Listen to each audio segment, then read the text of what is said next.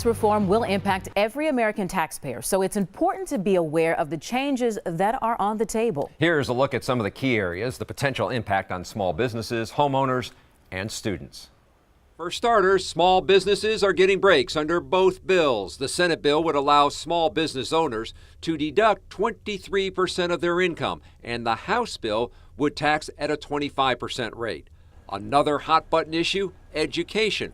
What would this new tax bill mean for millions of American students? The Senate is leaving tuition waivers alone, but the House plans to end waivers and tax breaks for grad students. Well, it's just going to make it a lot harder. The House bill would also get rid of a $2,500 deduction on student loan interest, along with almost $10,000 in tax credits and deductions. The Senate leaves it alone. How does this new tax plan affect you? So right now I make around $37,000. My taxable burden is $3,000. This would triple it to over $11,000, putting me below a livable wage. And when it comes to your home, homeowners can write off their first $1 million of mortgage interest. But while the Senate bill leaves that alone, the House Republicans' plan would slice it in half, capping it at $500,000 on a new mortgage.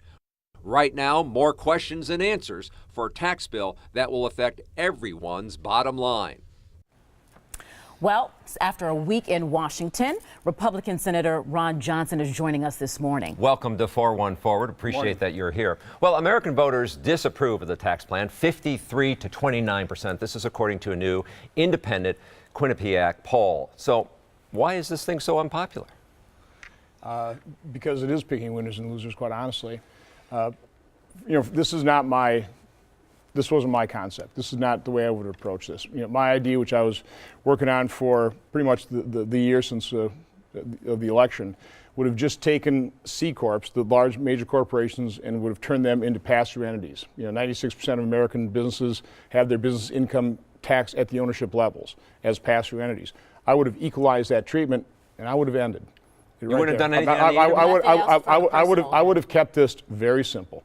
Nothing on the individual side? I wouldn't have done anything on the individual. I ran two tough elections. Yeah. I never promised people I'd cut their taxes. What I did promise them is I wouldn't increase their taxes. And so that's part of the problem I have with this tax bill is we are picking winners and losers, and I'm not particularly that nuts about that particular feature. That being said, it is absolutely essential that we make American businesses more competitive globally, and right now we're not. And so both tax bills definitely do that.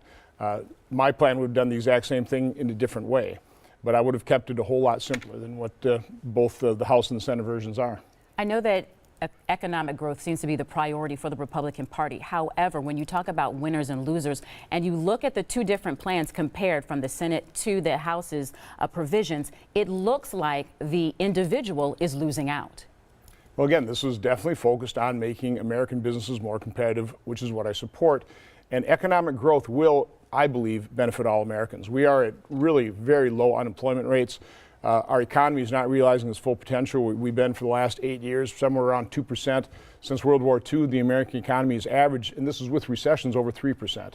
And the difference is enormous. In terms of revenue of the federal government, you go from 2 to 3%, that's $2 to $3 trillion additional revenue to help reduce the deficit. And also from a standpoint of what that means in terms of prosperity, higher paying jobs.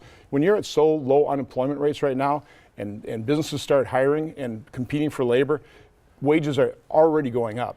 All right, so let's talk about that. I mean, the deficit hawks here seem to be, where have they gone? Because the expectation, at least on the Senate side, that this could add $1 trillion. Yeah, those types of estimates out of Joint Committee on Taxation, they just do not recognize the dynamic growth potential of tax reform.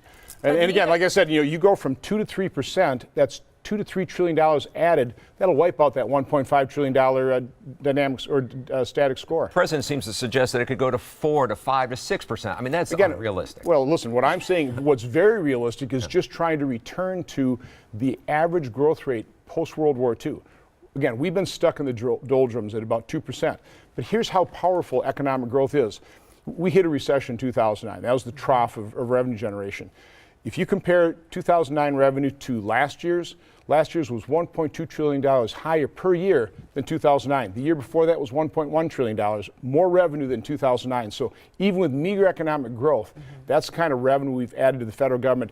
That's how you reduce the deficit, through strong economic growth. That's how you increase people's wages and benefits, again, through strong economic growth. But you're creating a deficit, understandably. No, I don't believe you are. What you're doing is you're certainly doing tax reform that on a static basis scores like it'll lose about $1 trillion worth of revenue, but it's not recognizing the true growth potential of what this tax reform will actually do. All right, so let me ask you, when you look at the tax committees, the joint tax committees look at both the House and the Senate, and you look at the tax bracket versus the tax rate, it is very clear that those who make more will benefit from this tax plan than those who make less. And when I say that, when we consider the middle class to be anyone making $50,000 to $75,000, they're not getting the big tax breaks that those who make $500,000.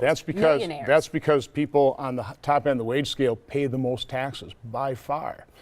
We've already, I think both tax plans take about 6 million Americans off paying any income tax.